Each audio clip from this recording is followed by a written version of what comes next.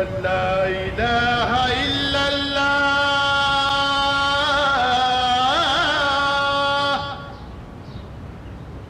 أشهد أن لا إله إلا الله হে আল্লাহ, কবে তুমি দয়া করবে? নিকাহ হয়েছে 1 বছর হয়ে গেছে। এখন তো এই বাড়িতে ছোট বাচ্চার কান্নার আওয়াজ শুনতে দাও। আমার দোয়া কবুল করো মওলা।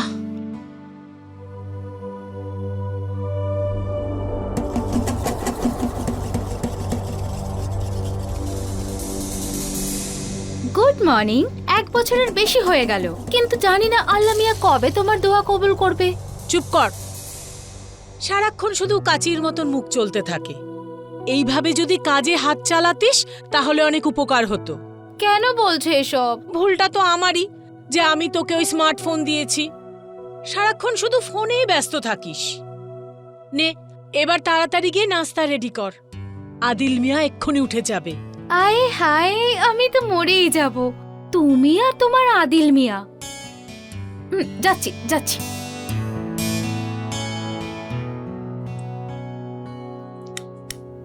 আমনা, আজকে চাটা পাবো কি না? এই তো চা এসে গেছে। এই দেখো গরম গরম চা উইথ জিঞ্জার। কি ঝিঙ্গার? না না না, জিঞ্জার, আদা আদা দেওয়া চা। আসলে কি বলতো, আমি ফোনে ইংরেজি শিখছি। তুই আর তোর হতচ্ছাড়া ফোন। দে দে, আমার আমনার বানানো চায়ের স্বাদ আমি জানি। সেই মহারানী উঠেছে কি না? সকালের স্বপ্নে হয়তো ডুবে আছে মেম সাহেব। ওনারই রুমে যাচ্ছি, যদি কিছু বলার থাকে বলে দিতে পারো। খবর তো আমি অবশ্যই দেব। যদি সন্তান না হয় তাহলে যেখান থেকে এনেছিলাম সেখানেই রেখে আসবো।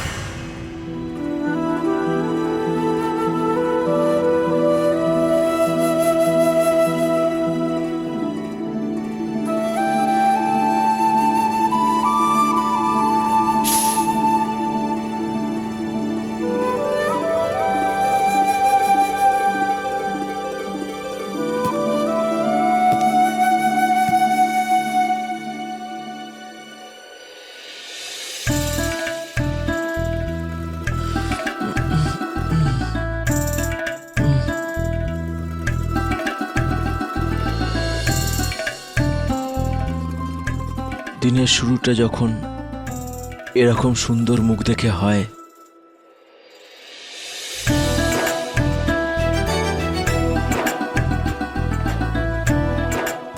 তখন জীবন ধন্য। আরে 8টা বাজতে চলেছে, দেখো আজকেও আমি অফিসে যেতে লেট হয়ে যাব। ভালো হতো যদি কেউ ঘড়িই না বানাতো। আর ঘড়িটা আবার কি ক্ষতি করলো বলো তো? এই ঘড়ির দুটো সময় আমাকে বিরক্ত করে। এক, তুমি আসার আগে, আর দ্বিতীয় তোমার যাওয়ার পরে। তাই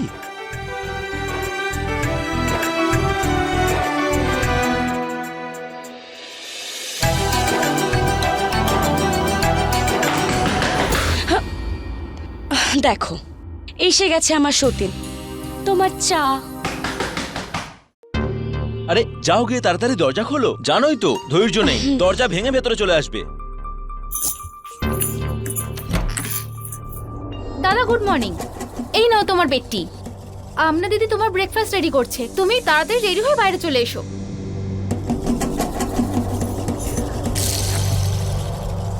বড় আমি তোমাকে ডাকছিল, ওই বলছিল যে নিকার তো 1 বছর হয়ে গেছে, তাই যে কাজের জন্য তোমাকে নিয়ে এসেছিল তুমি সেই কাজটা কবে করছো? দেখলে তুমি, ওর সাহস কি করে হয় আমাকে এরকম প্রশ্ন করার?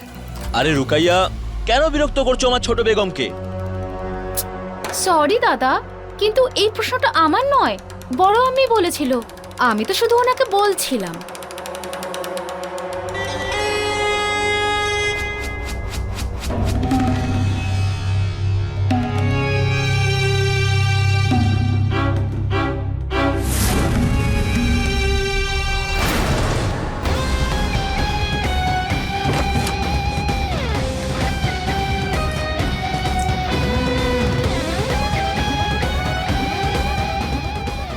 মজা দেখাচ্ছি এবার ওকে।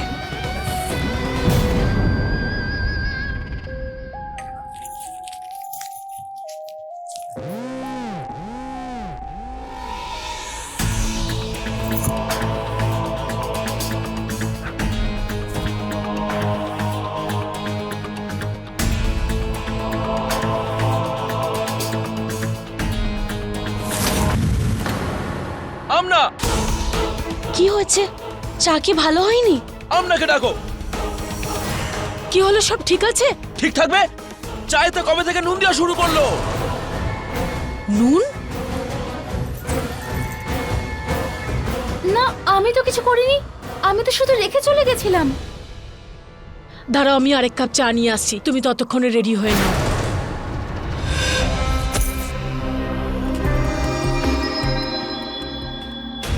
একদিন না তোর ফোনটাকে আমি ভেঙে দেব। এই ফোনের জন্য তোর কাজে একেবারে মন নেই। তোকে চায়ে আমি চিনি দিতে বলেছিলাম, নুন দিয়ে দিয়েছিস। আমরা দিতে চিনিই দিয়েছিলাম, একটা বড় আম্মিকে দিলাম আর একটা দাদাকে। যদি চায়ে নুনই থাকতো তাহলে বড় আম্মি কি বলতো না?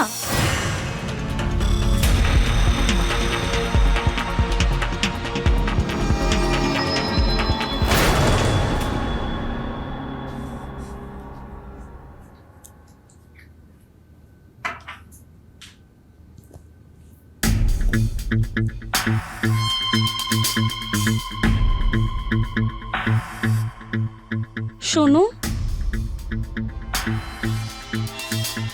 তুমি যদি বলো কাল থেকে তোমার চাটা আমি বানাই। এমনি তো আজকাল খেয়ালই থাকে না আমার দিকে। আমরা এরকম ভুল করতে পারে না, এটা নিশ্চয়ই ওই বোকা রুকাইয়ার কাজ। আমি আপনাকে বলেছিলাম রুকাইয়াকে ফোন না দিতে, কিন্তু ওই জেদ করলো। ও নিশ্চয়ই বসে বসে মোবাইল দেখছিল আর চিনির জায়গায় নুন দিয়ে দিয়েছে। আচ্ছা, আমার অফিসে দেরি হয়ে যাচ্ছে।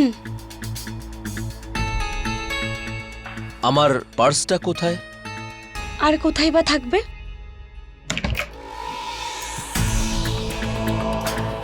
যদি আজকে আমি খেয়াল না করতাম তাহলে এই আদিল মিয়া তো খালি পার্স নিয়েই অফিসে চলে যেত।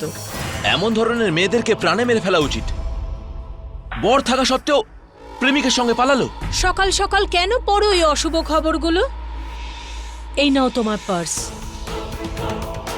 এর মধ্যে আমি 5,000 টাকা রেখে দিয়েছি। আর আদিল মিয়া, খরচা একটু সামলে করো, আজকাল কিন্তু তুমি একটু বেশিই খরচ করছো।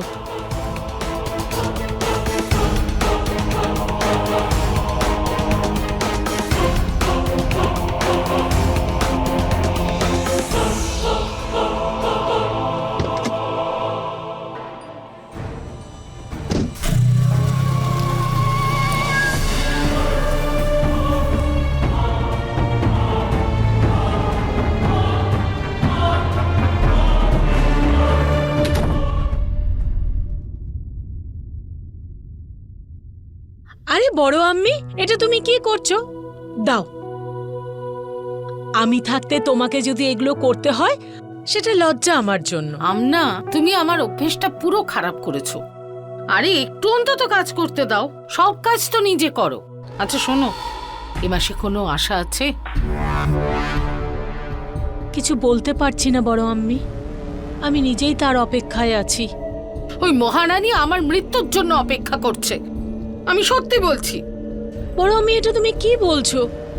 আল্লাহ তোমাকে দীর্ঘায়ু দিক। আরে আমিও তো সেই অপেক্ষায় আছি যে একবার নাতি নাতনি কোলে আসুক, তারপর নিশ্চিন্তে যেতে পারি। আরে আম্মি, ও যা টাকা ইনকাম করে না, ওর হাতে সব টাকা গুনে ওকে দিয়ে দেয়। আমার কথা তো জিজ্ঞাসই করো না। হ্যাঁ আম্মি, সবকিছু ঠিক আছে। আচ্ছা ঠিক আছে, আমি পরে কথা বলছি, এখন অনেক কাজ আছে। তোমার কি টাকা লাগবে?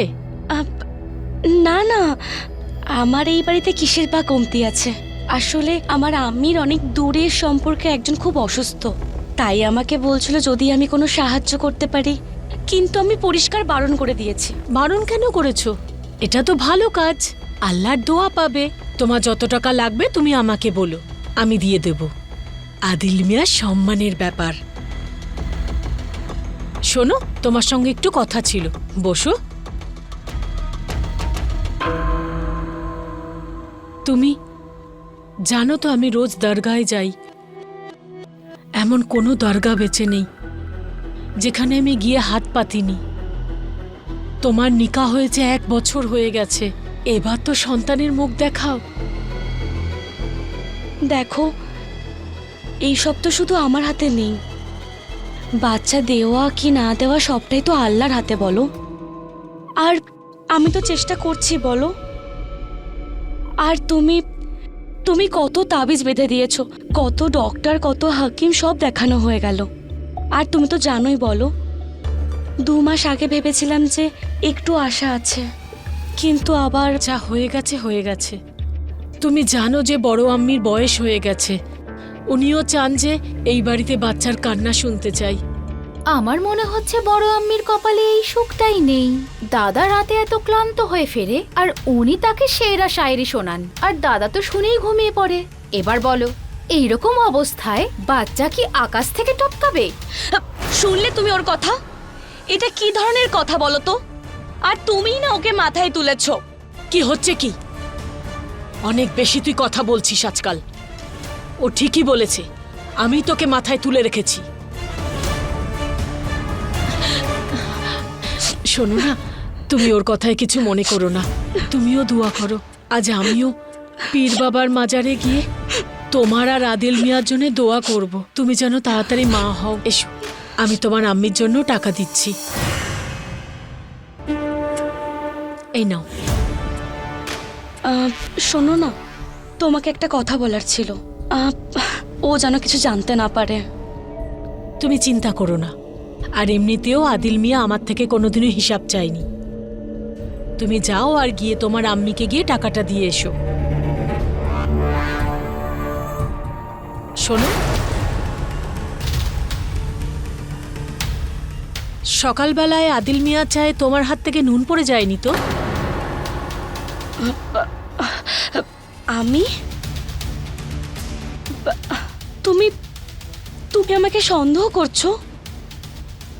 কিন্তু চায়ে নুন উড়ে এসে তো পড়তে পারে না। ওই রুকাই না অন্য মনস্ক হয়ে মিশিয়ে দিয়েছিল। আর এমনিতেও আজকাল ওর কাজে মনই থাকে না, এখানকার কথা ওখানে করে, ব্যাস। আচ্ছা, আমি এখন যাই।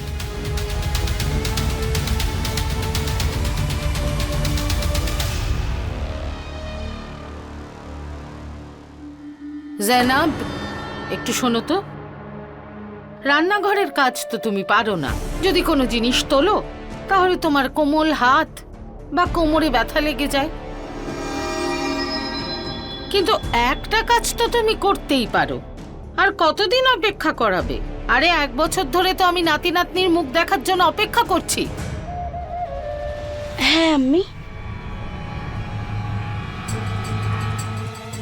এমন করে কথাটা বলে গেল যেন কালকেই নাতি এনে কোলে বসাবে। রুকাইয়া, হ্যাঁ, বাচ্চা কেন হচ্ছে না ওর? বড় আম্মি হচ্ছে না নাকি করতেই চায় না? মানে মানে এটাই বড় আম্মি, এই যে আজকালকার যে মেয়েরা আছে তারা বাচ্চা জন্মই দিতে চায় না, যাতে ওনাদের ফিগার না নষ্ট হয়ে যায়। আর তোমার এই ছোট বৌমা আবার এরকম ভাবনা চিন্তা করে না তো?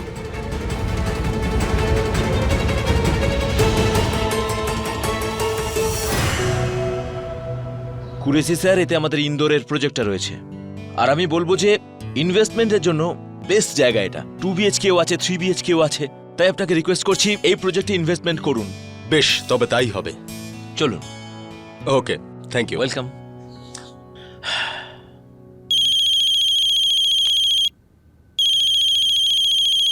হ্যাঁ বলো। কি হয়েছে, তুমি কাঁদছো কেন? কাঁদবো না তো কি করব? তুমি বাড়ি থেকে চলে যাওয়ার পর আর তুমি বাড়িতে আসার আগে আমাকে শুধুমাত্র একটাই প্রশ্ন করা হয়, বাচ্চা কবে হবে, বাচ্চা কবে হবে। আচ্ছা, তুমি চিন্তা করো না, আমি বাড়ি এসে সবার সঙ্গে কথা বলছি, ঠিক আছে? আচ্ছা শোনো, আমি তোমার পছন্দের রসমালাই এই মুহূর্তে পাঠাচ্ছি, ঠিক আছে? কারণ এখন আমার ছোট বেগমের মুড ঠিক করতে হবে যে।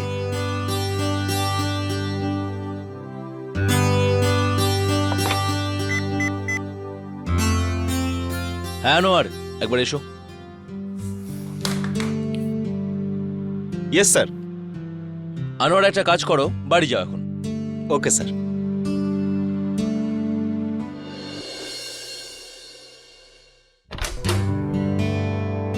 ম্যাডাম, স্যার আপনার জন্য স্পেশাল রসমালাই পাঠিয়েছেন।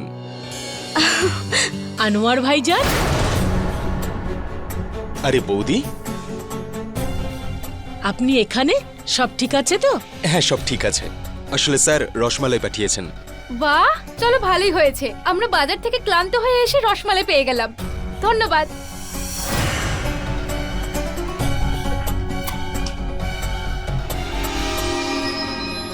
এখন তোমার আম্মি কেমন আছেন? উনি আগের থেকে ভালো আছেন। আপনি হাঁটুর ব্যথার যে টোটকা বলেছিলেন না, তাতে খুব আরাম পেয়েছেন। মাশাআল্লাহ। আসুন ভেতরে এসে একটু চা না না খেয়ে না যান। না, অফিসে অনেক কাজ পড়ে আছে, অন্য কোনো দিন আসবো। খুদা হাফিজ। খুদা হাফিজ। শোনো, দরগা গেছিলাম, তোমার জন্য ওখান থেকে তাবিজ এনেছি, সন্তানের জন্য দোয়া করেছি।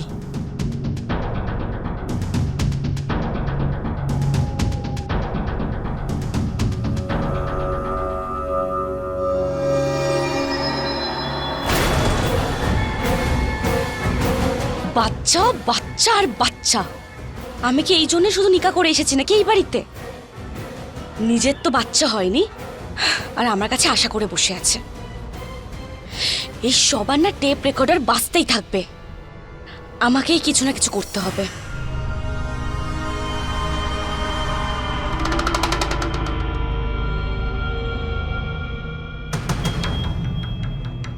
আচ্ছা, এই আনোয়ার কেমন মানুষ?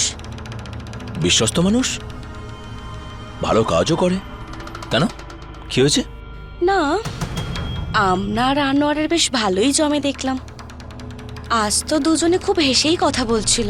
আমার তো অন্য কোনো পুরুষের সাথে এইভাবে কথা বলতে একদমই ভালো লাগে না।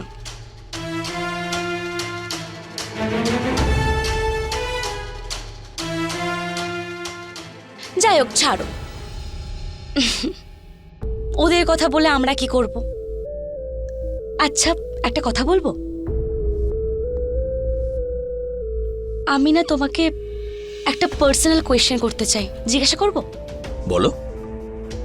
আমাদের নিকা কত বছর হলো? 1 বছর। কিন্তু এটা কেমন প্রশ্ন? তাহলে এই 1 বছরে আমরা দুজনে একে অপরের সাথে কতই বা সময় কাটিয়েছি, কতদিন বা হলো আমরা একে অপরের কাছে এসেছি। এই সবে মাত্র তো একে অপরকে ভালোবাসছি। তাহলে এখন কি বাচ্চার খুব প্রয়োজন বলো? তোমারও কি তাড়া আছে বাচ্চা নেবার জন্য? একটু অপেক্ষা করা যায় না?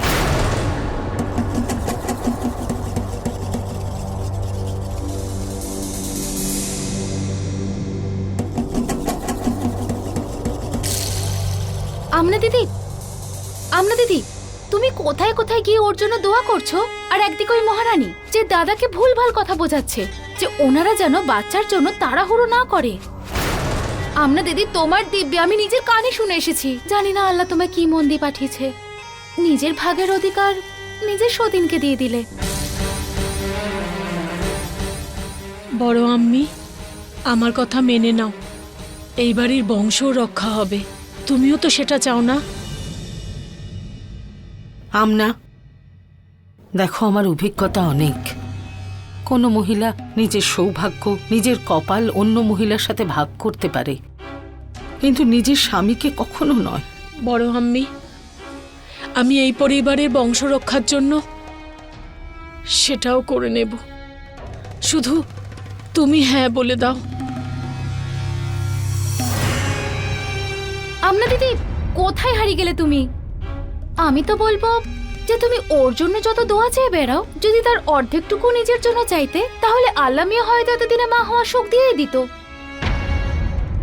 অনেক রাত হয়েছে, গিয়ে যা ঘুমিয়ে পড়।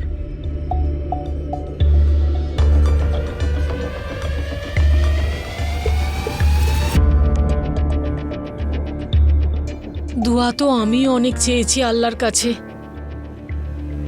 কিন্তু আল্লাহ মেহেরবান হয়নি আমার উপরে। কি করব? যদি আল্লাহ আমার দোয়া কবুল করত, তাহলে অন্য মেয়ের সাথে কেন আমি ওর নিকা দিতাম?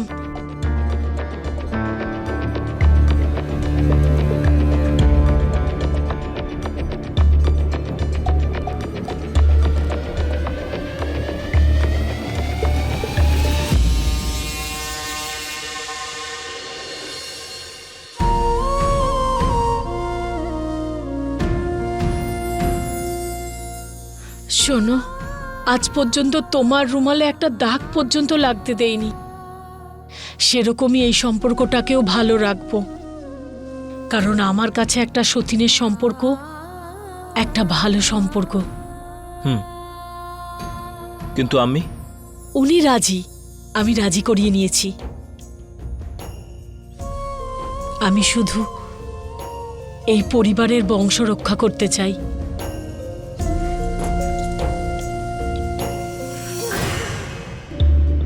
তুমি একবার এই ছবিটা দেখে নাও, যদি তোমার পছন্দ হয় তাহলে নিকার ব্যাপারে কথা এগোবো।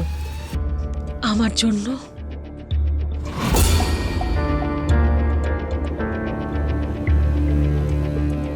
ওর বয়স অনেক কম মনে হচ্ছে না? তোমার এত চিন্তা কিসের? ও কিন্তু রাজি আছে, শুধু তোমার মত চাই। তারপরে এটা বলো না যে সতীন নিয়ে এসেছি, এরকম কথা শুনবো না কিন্তু, আমি বলে দিলাম। তোমার কসম, কখনো নালিশ করব না। তাহলে ঠিক আছে, যেমনটা তোমার ইচ্ছে। সত্যি?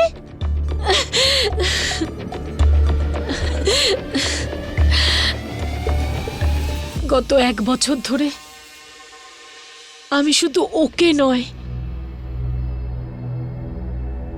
এই বিছানাও ভাগ করেছি।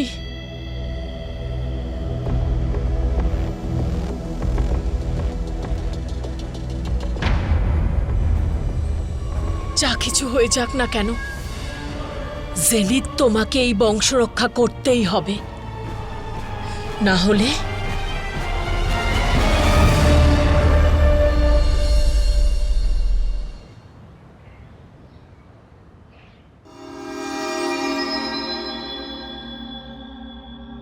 জেনিত। হ্যাঁ বলো, তুমি এখানে? আমাকেই ডেকে নিতে।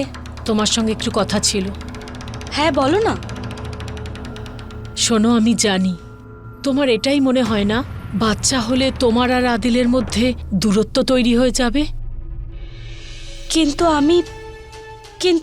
আমি কখন?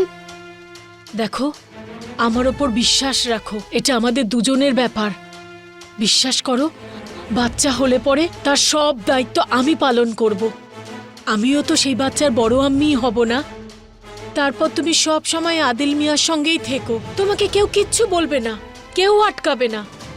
হ্যাঁ হ্যাঁ অবশ্যই, কিন্তু আমার শুধু একটুখানি সময় চাই। জেনিত, তুমি জানো বড় আম্মি কি বলে?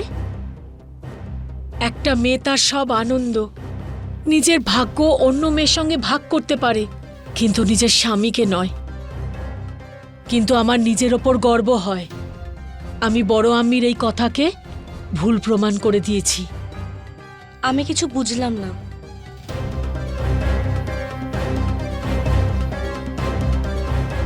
কেন? তুমি জানো না আমি আমার স্বামীকে শুধুমাত্র বাচ্চার জন্য ভাগ করেছি? হ্যাঁ, এটা আমি খুব ভালো করেই জানি, কিন্তু কখনো কখনো সব জিনিস আমাদের হাতে থাকে না। যদি তোমার মতনও আমারও বাচ্চা না হয়, তখন আমি এটা বুঝবো যে আমি বড় আম্মির কথা না শুনে আমি অনেক বড় ভুল করেছি।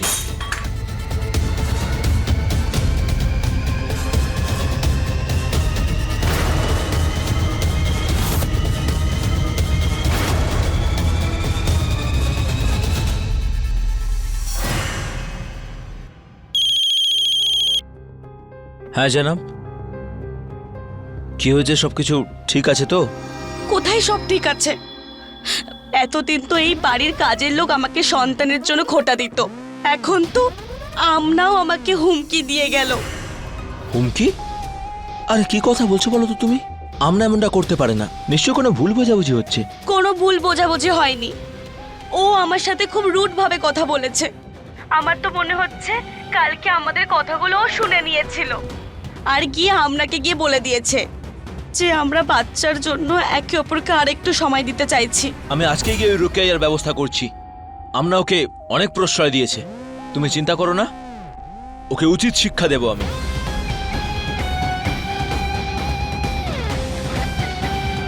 আজকের পর থেকে যদি রুকাইয়া কোনো এদিকের কথা ওদিক করে তাহলে আমি সহ্য করব না। দাদা যদি যাতায়াতের পথে কোনো কথা আমি শুনতে পাই তাহলে আমি কি করব? আর তুমি তো জানোই যে আমনা দিদি দোয়াতে শুধু সন্তানই চেয়ে এসেছে, আর নিজের সতীনের খেয়াল আজকাল এতটা কে রাখে? আর এদিকে উনি, ওনার কাছে এতটা সময় কোথায়? ওনার জায়গায় অন্য কেউ থাকলে তাহলে আমনা দিদির পা ধুয়ে জল খেত। আর আমি সব জানি যে ওই আমার নামে এই সব কিছু বলে বেড়ায়। ও তো হিংসা করে আমার দিদিকে। চুপ কর।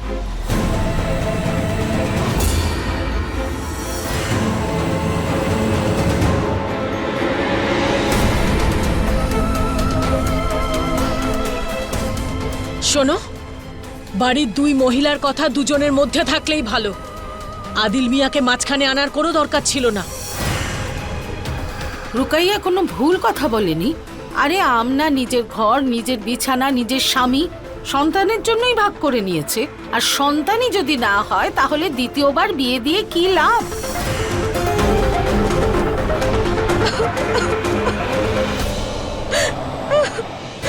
জনাব, জনাব, আরে কি গো আম্মি, কাঁদিয়ে দিলে তো বেচারাকে। কখনো কখনো এমন কিছু কথা বলো তুমি যে আমার কিছু বলার নেই।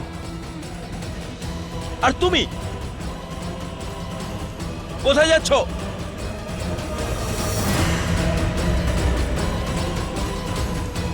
আমনা, মনে আছে তোমার, তুমি কসম খেয়েছিলে কোনো নালিশ করবে না। চাকরের মুখে কথা ফোটে তখনই যখন বাড়ির লোক তাকে প্রশ্রয় দেয়। আমার সামনে রুকাইয়া জয়নাবকে উল্টোপাল্টা বলে, আর ওর এই সাহস তোমার থেকে পেয়েছে। তোমার খুব অহংকার না যে নিজের বিছানা আর বরকে ভাগ করে নিয়েছো? তাহলে পড়ে থাকো সারা জীবন তোমার এই বিছানায় অহংকারের সঙ্গে একা একা। কারণ আজকের পর থেকে তোমার আর আমার সম্পর্ক শুধুমাত্র নামেই থাকবে, শুধু নাম হিসেবে।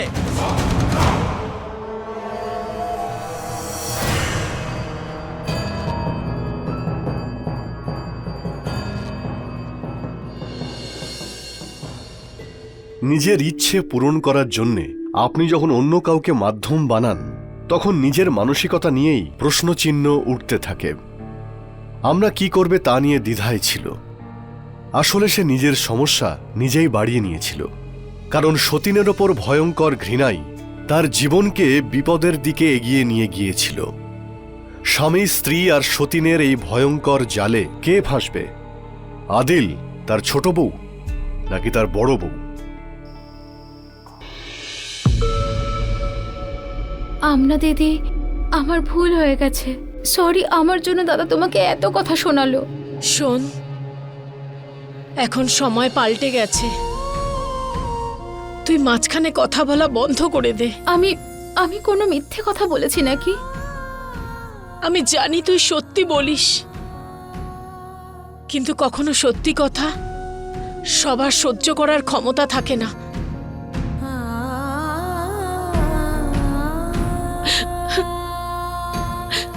ক্ষমা তো আমার চাওয়া উচিত তোর কাছে।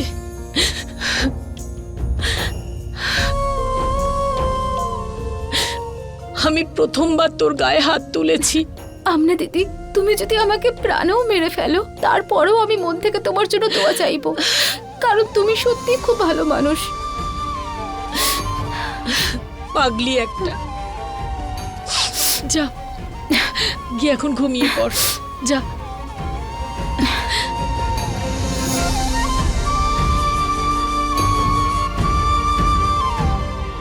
তোমার খুব অহংকার না যে নিজের বিছানা আর বরকে ভাগ করে নিয়েছো? তাহলে পড়ে থাকো সারা জীবন তোমার এই বিছানায় অহংকারের সঙ্গে একাই।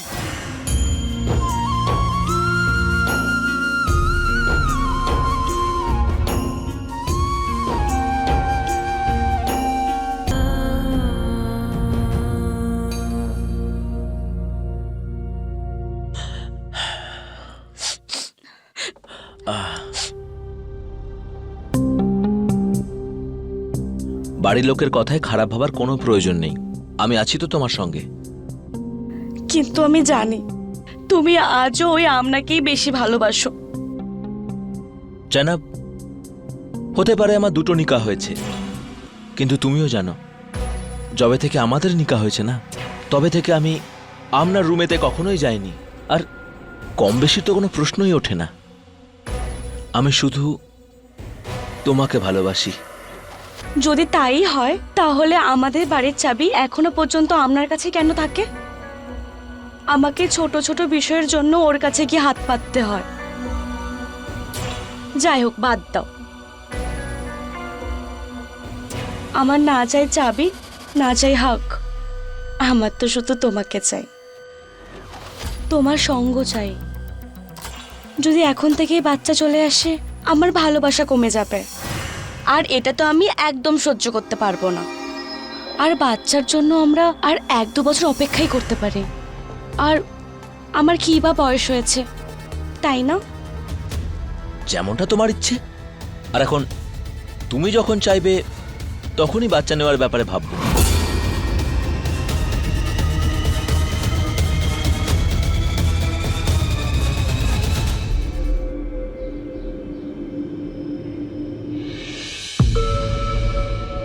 এটাই তুমি চাইছিলে তো?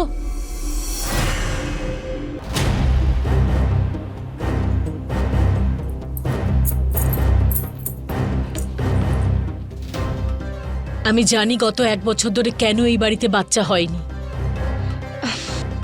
আচ্ছা, রুকয়া এখনো পর্যন্ত বদলায়নি। কাল রাত্রে ও আমাদের কথা আবার শুনেছে আর তোমার কাছে গিয়ে বলেছে। শোনো, আমি গত 2 মাস ধরে এই কথাটা জানি। আমি কিছু বুঝলাম না, তুমি বলতে কি চাইছো? এটা চিনতে পারছো তো? এটা তুমি কোথা থেকে পেলে? আমনা দিদি, আমনা দিদি, এই কাগজটা দেখো তুমি। আমি বাইরে এটা খুঁজে পেলাম। কোনো হাসপাতালের কাগজ মনে হয়। মনে হয় কেউ ভুল করে বাইরে ফেলে দিয়েছে। তুই যা, আমি দেখছি।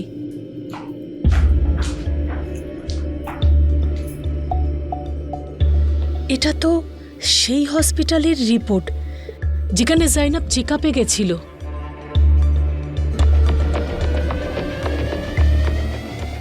জাইনাব কোনোদিনও মা হতে পারবে না। তুমি কোনোদিনও মা হতে পারবে না, এটা জেনেও এই বাড়িতে আমি কোনো কিচ্ছু বলিনি কাউকে। চুপচাপ ছিলাম। প্রত্যেক জুম্মায় আমি পীর বাবার মাজারে গিয়ে এটাই মান্নাত করতাম, আল্লাহ তো আমার কোনো কথা শোনেনি। হয়তো তোমার সাথেই কোনো চমৎকার হয়ে যায় আর আল্লাহ তোমার সন্তানের মুখ দেখায়। তো এবার তুমি কি করবে? তোমাকে এই বাড়িতে সন্তানের জন্য এনেছিলাম। যদি সন্তানই না দিতে পারো তাহলে আমি অন্য আরেকজনকেও আনতে পারি। একবার নিজের স্বামীকে ভাগ করেছি, আরেকবারও না হয় করব। না, আদিল আমাকে প্রচন্ড ভালোবাসে, ও কখনোই এটা মেনে নেবে না। আদিল মিয়া তো আমাকেও অসম্ভব ভালোবাসতো, কিন্তু তারপরেও তো তুমি এসেছো। আর তুমি এটা মনে রেখো, আদিল মিয়া যে তোমাকে ভালোবাসে তার অনুমতিটাও আমিই দিয়েছিলাম।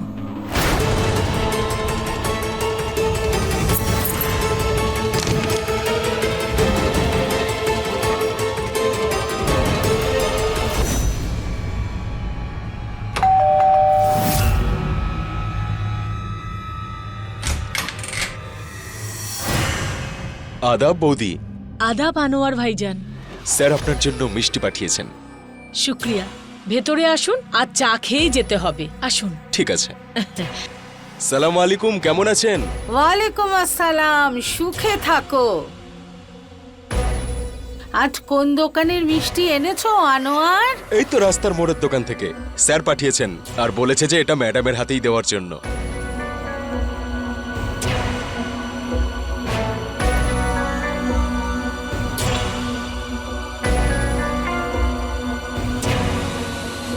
আমনা, আনোয়ারকে চা খাইয়েই পাঠিও।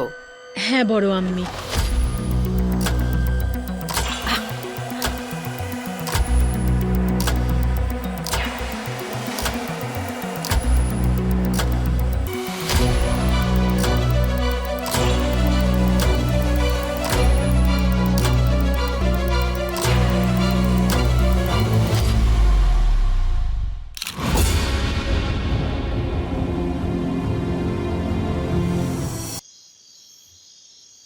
আরে কি হয়েছে জয়নাব, এক সপ্তাহের জন্যই তো যাচ্ছি।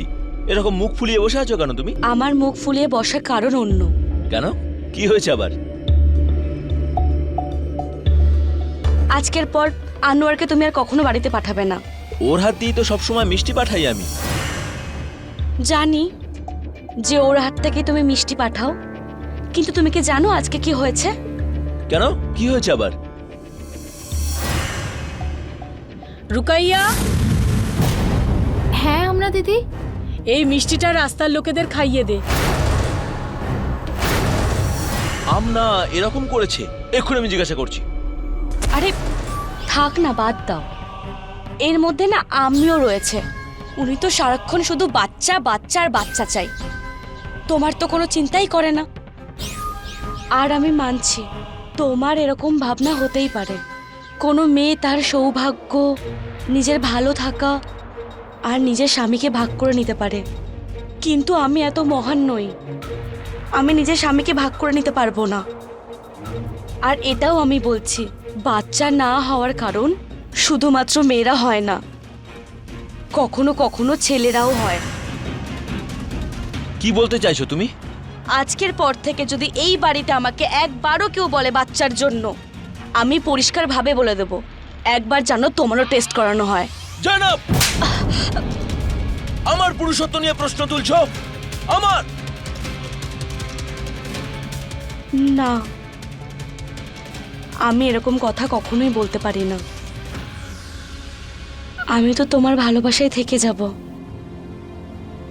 আমার তো শুধু তোমাকেই চাই, বাকি সবার মতন বাচ্চা নয়। আর যতদিন তুমি ফেরত না আসছো, আমিও আমার আম্মির বাড়ি চলে যাব। ওই মহারানী নিজের বাপের বাড়ি যেতে চাইছে তো যেতে দাও ওকে। আর তাছাড়া আদিল যখন নেই ও থেকে কি করবে? যাও ওকে বলে দাও এক সপ্তাহে যেন ফিরে আসে।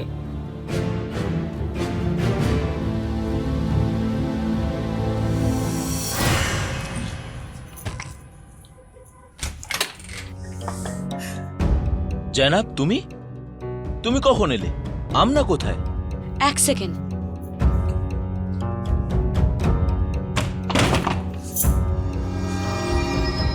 আমরা এখন বাইরে ঘুরতে গেছে। ঘুরতে? হ্যাঁ। আর আমি যখন আসলাম তখন জানতে পারলাম যে রুকায়াকে এক সপ্তাহের জন্য ওর ফুপির বাড়িতে পাঠিয়ে দিয়েছে। আমি তো 4 দিন পরেই চলে এসেছি।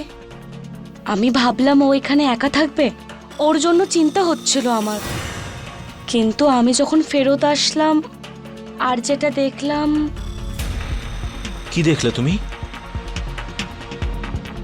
তুমি একবার আম্মির সাথে দেখা করে নাও, তারপর সব বলছি। আমি ঠিক আছে তো? আরে এসো না।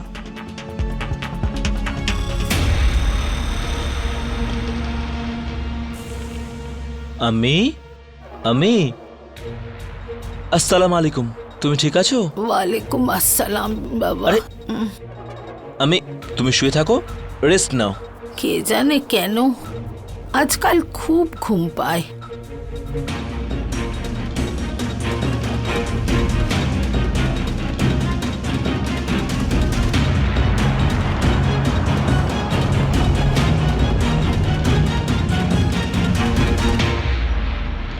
আমার না প্রথম থেকেই সন্দেহ ছিল। এই দেখো, ঘুমের ওষুধ। আমরা এই ওষুধগুলো আম্মিকে খাওয়াচ্ছিল, যাতে সারাদিন ঘুমাতে পারে আর ওনার ঘুমানোর পর আর ওই আনোয়ারের সাথে নিজের ইচ্ছা মতন থাকতে পারে। কি উল্টোপাল্টা বলছো তুমি? আমি জানতাম তুমি আমার কথা বিশ্বাস করবে না। দাঁড়াও, এই দেখো দেখো।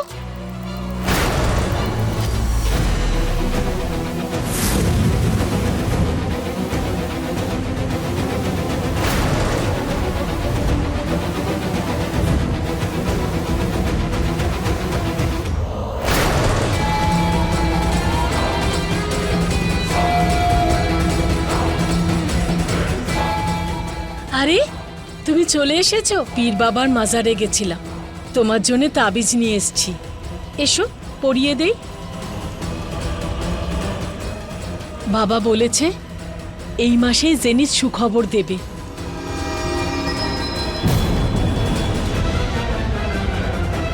বেঁধে নাও লাস্ট বারের মতন আজকে তাবিজ। আমি ওর মাথার মধ্যে এমনভাবে সন্দেহ ঢুকিয়েছি যেটা কোনো স্বামী সহ্য করতে পারবে না। আদিল মিয়া, কি বলছি জানো তো, বড় আম্মিকে না ডাক্তার দেখাতে হবে। আম্মি সারাদিন ঘুমিয়েই থাকে।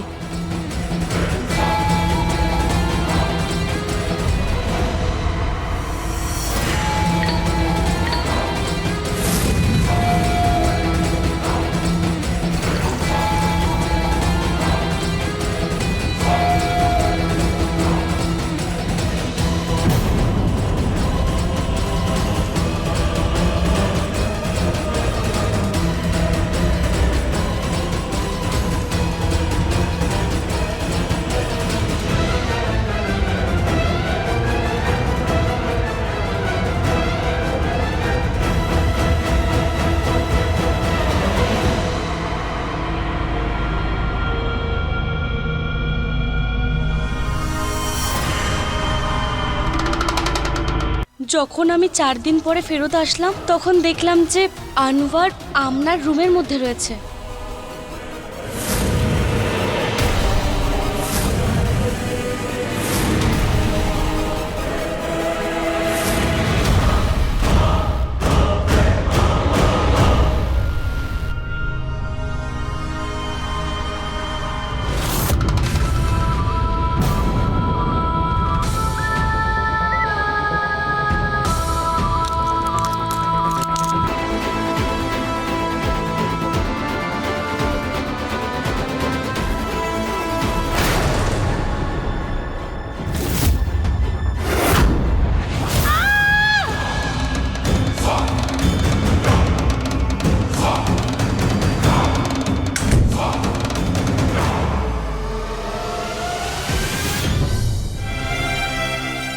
হে আল্লাহ, এখন তো এই বাড়িতে ছোট বাচ্চার কান্নার আওয়াজ শুনতে দাও।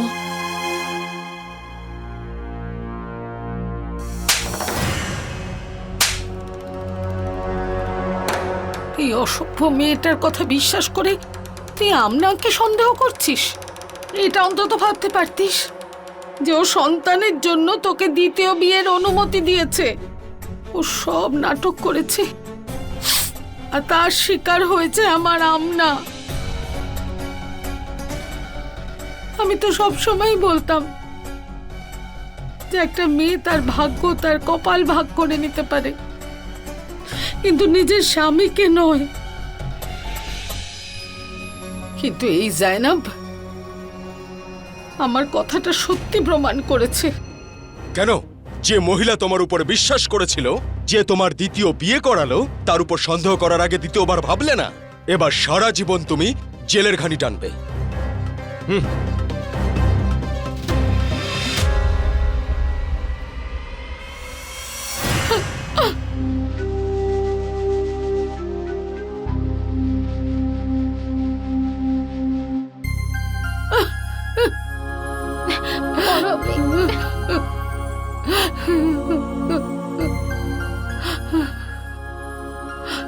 এই গল্পে এমন অনেক দিক এসেছিল যেখানে গল্পের শেষটা বদলানো যেত।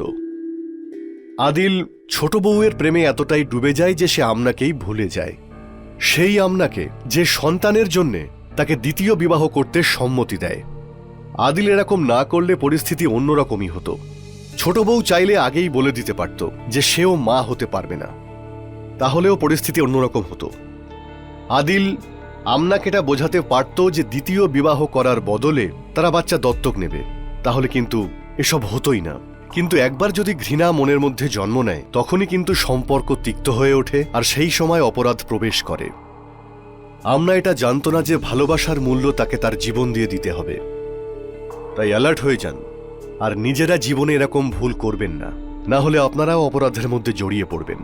এর সঙ্গে আমি সুশান্ত সিং আপনাদের কাছ থেকে বিদায় নিচ্ছি। কাল আবার দেখা হবে অন্য গল্পের সঙ্গে। দেখতে থাকুন ক্রাইম অ্যালার্ট, টাইম আজকের, ক্রাইম আজকের।